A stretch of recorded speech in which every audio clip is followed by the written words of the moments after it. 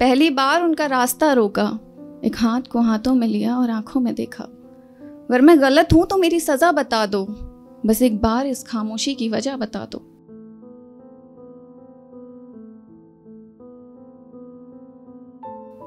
एक दिन ऐसा लगा मानो खरोंच लग गई। मैं दौड़ती हुई माँ के पास गई और बोली, माँ देखना, शायद मुझे चोट लग गई।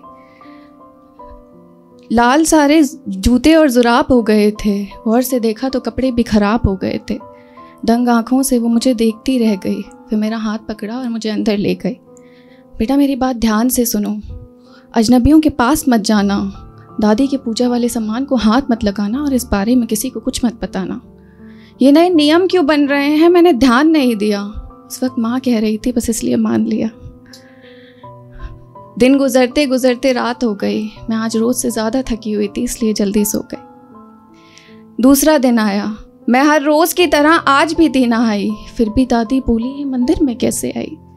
माँ हो, माँ होने क्या थोड़ा तो फ़र्ज़ निभाओ। बेटी बड़ी हो रही है, इसे कुछ तौर तरीके सिखाओ। इन दखियानूसी बातों ने मुझे दंग कर दिया। मैं रोते हुए कमरे में गई और दरवाज़ा बंद कर लिया।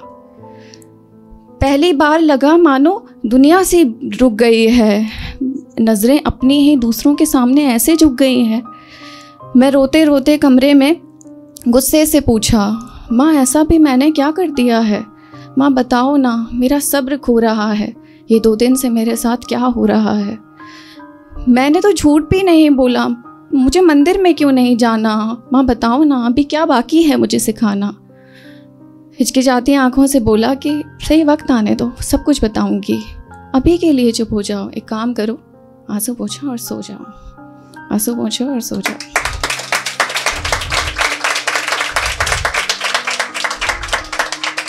जिस सही वक्त का दिलासा देकर मुझे बहलाया गया, वो सही वक्त असल में कभी नहीं लाया गया। जिन मुद्दों पर खुलकर बात करनी थी, उन्हें हमेशा दबाया गया, उन्हें हमेशा दबाया गया।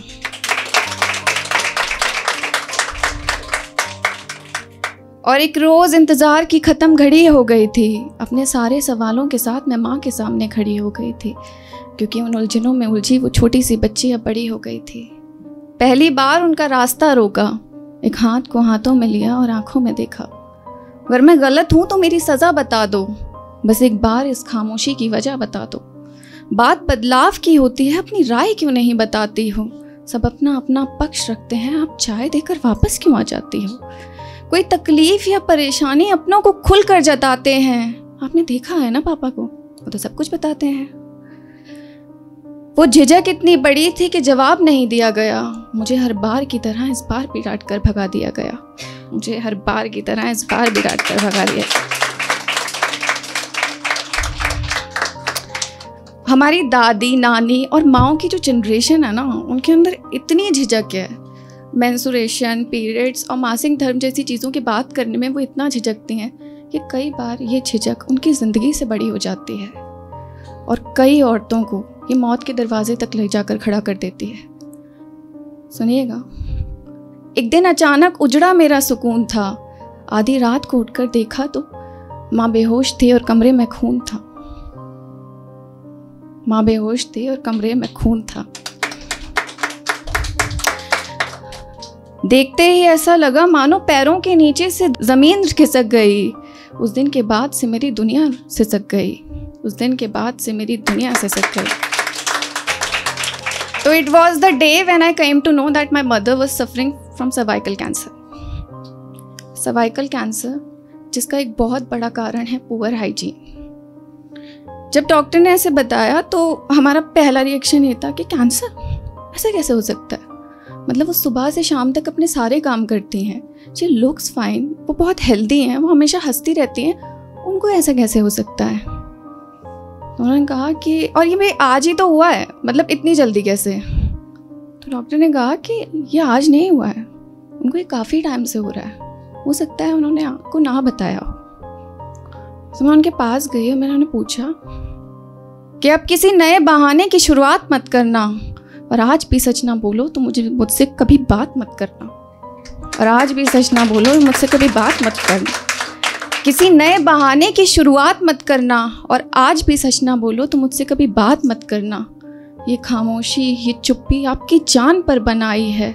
ज़रा देखो माँ, ये झिझक कहाँ ले आई है, ये झिझक कहाँ ले आई है।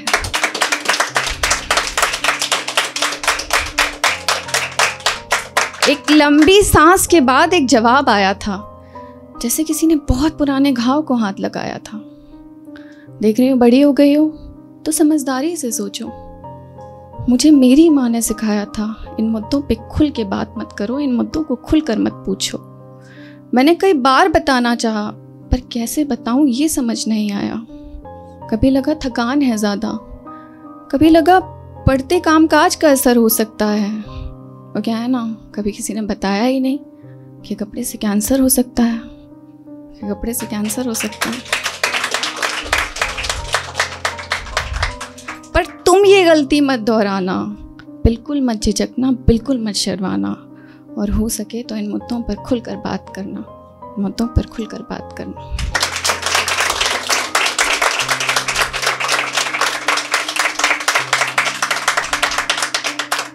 तो क्योंकि स्टोरी मेरी स्टोरी थी और मुझे लगता है कि सभी तक कनेक्ट भी कर पाई होगी। मतलब ये मुद्दा उन औरतों का नहीं है जो वर्किंग प्रोफेशनल्स हैं और ऑलरेडी एम्पावर्ड हैं। ये मुद्दा उनके लिए ज़्यादा संगीन है जो घरों में रहते हैं, जो एक ऐसे एरिया से बिलोंग करती हैं जहाँ शायद इन मुद्दों के बारे में बात भी नहीं की जाती। शायद लोग आज भी इसको काफ़ी पर्दे में रखते हैं।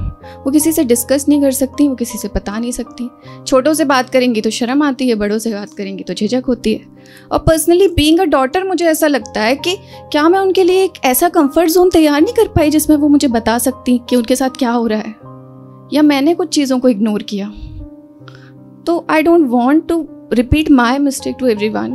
और जब भी, और सबसे ज़्यादा हाइजीन की जो प्रॉब्लम होती है, ये सबसे ज़्यादा 40 से 45 साल की उम्र में जब औरतें आती हैं, जब उनको मेनोपॉज होता है, तब वो चीज़ें ज़्यादा संगीन हो जाती हैं। उसके लिए कई औरतों को, मतलब उसके लिए काफ़ी प्रिवेंशन है। अल्ट्रासाउंड्स होने चाहिए जब उनका मेनोपॉज होता है, प्रॉपर गाइडेंस होनी चाहिए, ऐसी NGOs होनी चाहिए जो इसके बारे में अवेयर करें, प्रॉपर कैंप्स लगने चाहिए, तो शायद हम काफ़ी ज़िंदगियाँ बचा पाएंगे।